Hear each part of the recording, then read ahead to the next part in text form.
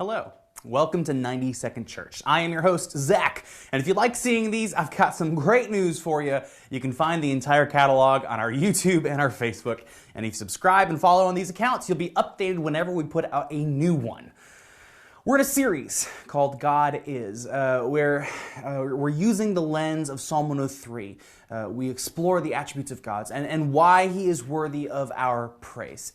In verse 8, David gives this description of God. He says this: "The Lord is merciful and gracious, slow to anger, and abounding in steadfast love." These words appear all over Scripture. In fact, steadfast love and mercy, it's already appeared even in this very psalm. Today, though, I want to talk specifically about the phrase slow to anger. So in English, being slow to anger is it's an emotional attribute, right? It means that you have the self-control to not let your anger lash out or burn. But here's where it gets interesting.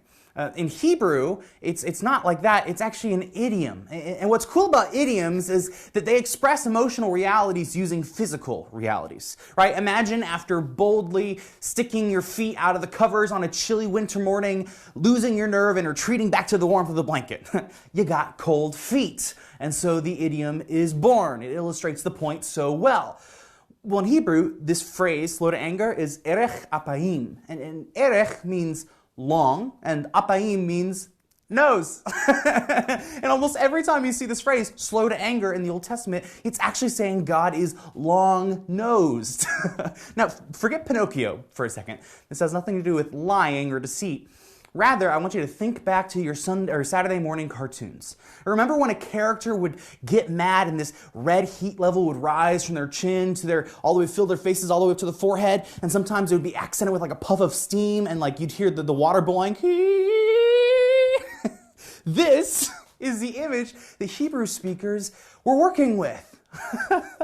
Right? Like the longer your nose, the longer it took for the heat to reach the tip, and so the slower your anger was. It's kind of a silly image, but at the same time, it's a good image. It's really rich.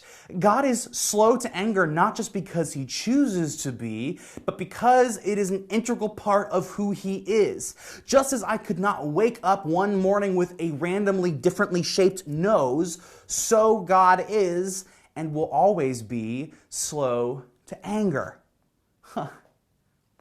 By the way, how are your creations going? Remember, do as little or as much as you want, but using Psalm 103 as your guide, make something.